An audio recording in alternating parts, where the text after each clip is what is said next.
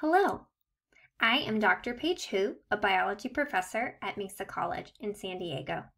In this video, we are going to learn how to use Google Sheets to create a scatterplot of numerical data. If you don't know how to access Google Sheets, please go to the welcome page of our data analysis website. There you can find information on how to access Google Sheets on your different devices. So let's get started learning how to make a scatterplot of numerical data.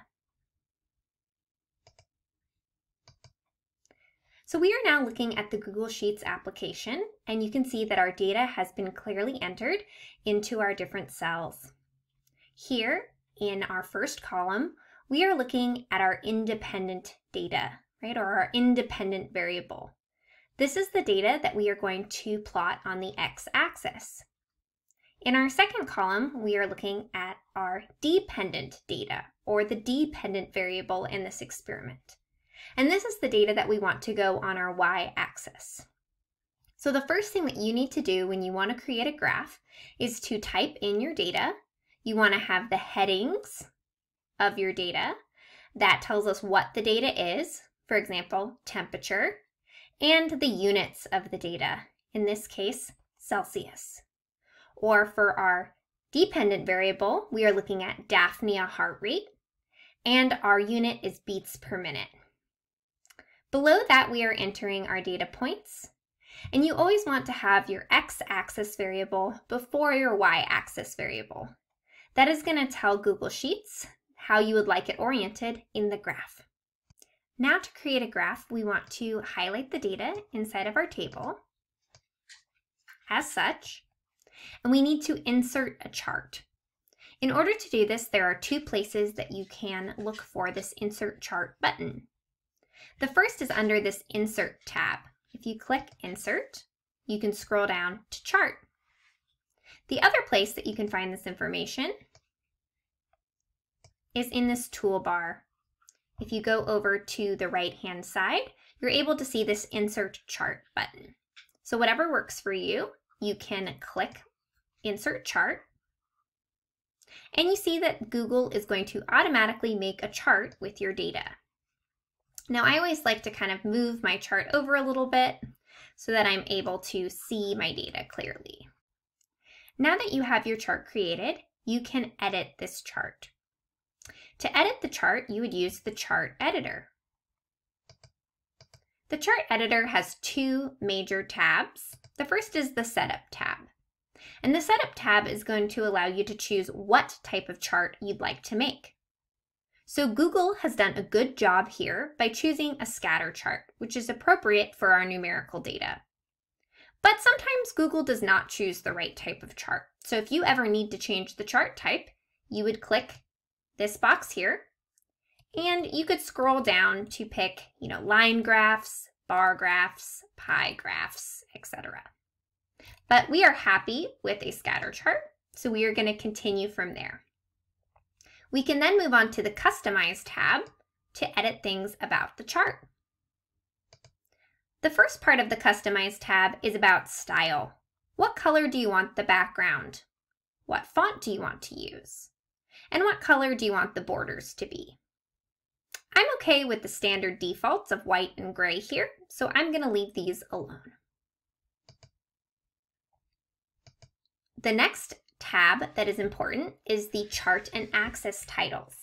And this is going to help us edit those titles in case we want to change anything.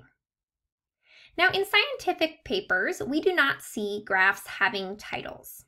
So I'm going to choose to delete the overall chart title.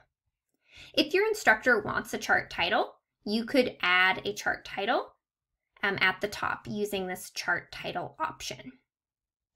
I do, however, want to look at the axis titles. So let's say I want to look at the horizontal axis title.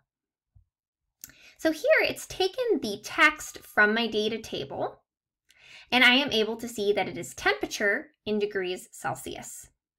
Because I have both the variable named and the units named, I am happy with this title. Maybe though you want to change the font size so it's easier to read. So I could change it, say, to 18.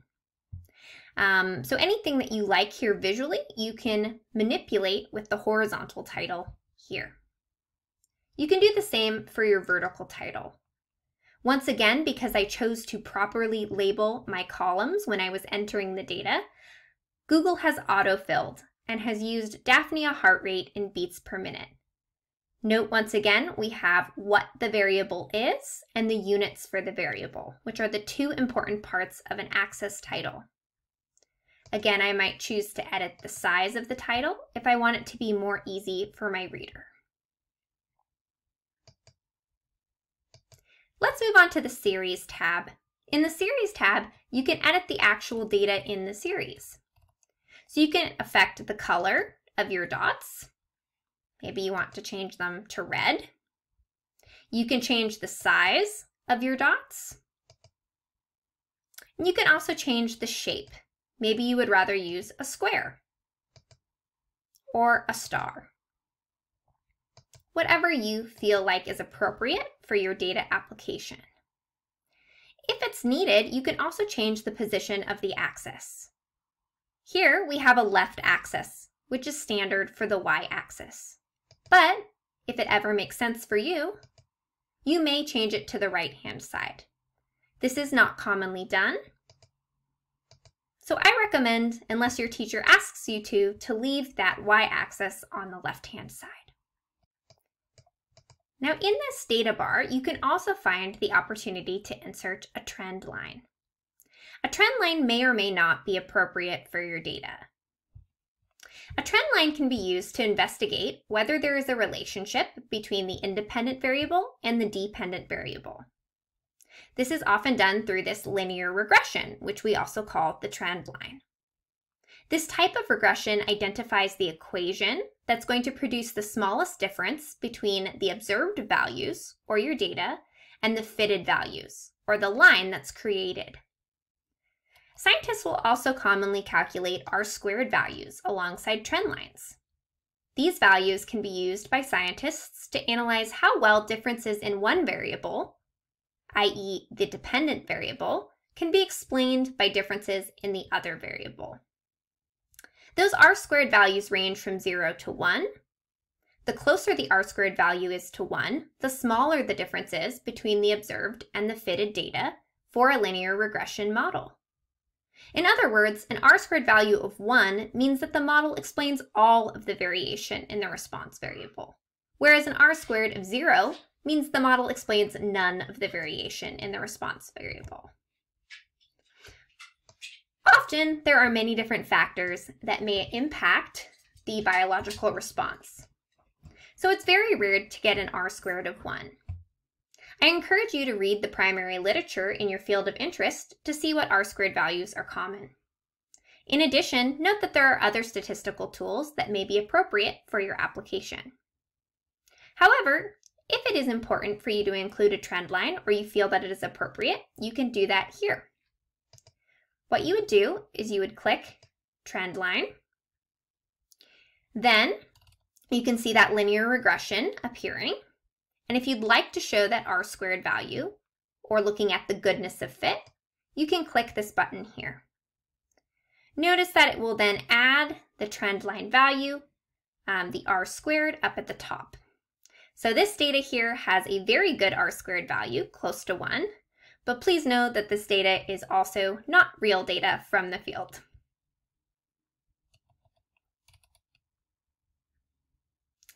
Now we can move on to a legend. Now a legend may be appropriate if you have multiple treatments that are being plotted on your graph. And so in this case, we don't have a legend for different types of data, but we do have a small legend that's been created based on this trend line. So I can change the position of that legend, perhaps put it on the right-hand side, if I feel that that's more appropriate. Again, this is a matter of taste.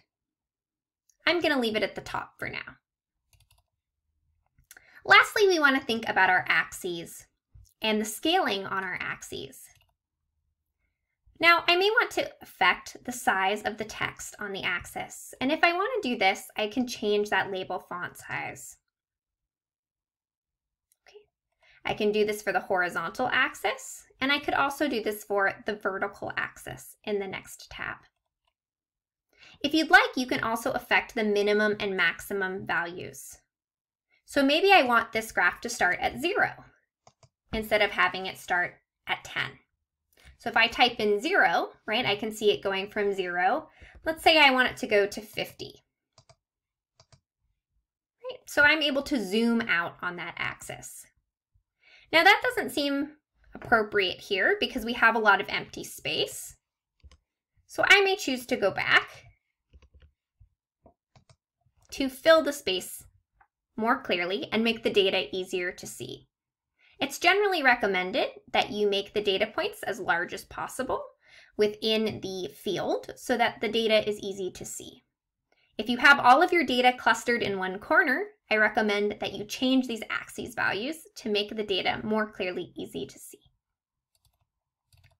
Once again, you can go to your vertical axis. You could change any sort of font size you might like to change.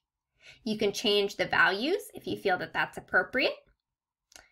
And you can change things like whether or not you put things on a log scale. That's true for both axes. So there's a lot of variables in here that you can edit if you'd like to. So here we have a graph that we have finished creating.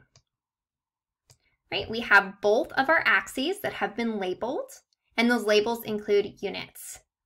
The axis scales are appropriate for our data, and that we can see the data points clearly. We have also chosen to add a trend line because maybe we are looking for the relationship between temperature and the heart rate of Daphnia. If you're not looking for that type of cause-effect relationship, you would not want to add a trend line to your data. I hope that this video has been helpful for you in learning how to create a graph of numerical data on Google Sheets. If you'd like to learn how to graph categorical data, please go on to the next video and you will learn how to make a bar graph. Thanks so much for your time. Have a great day.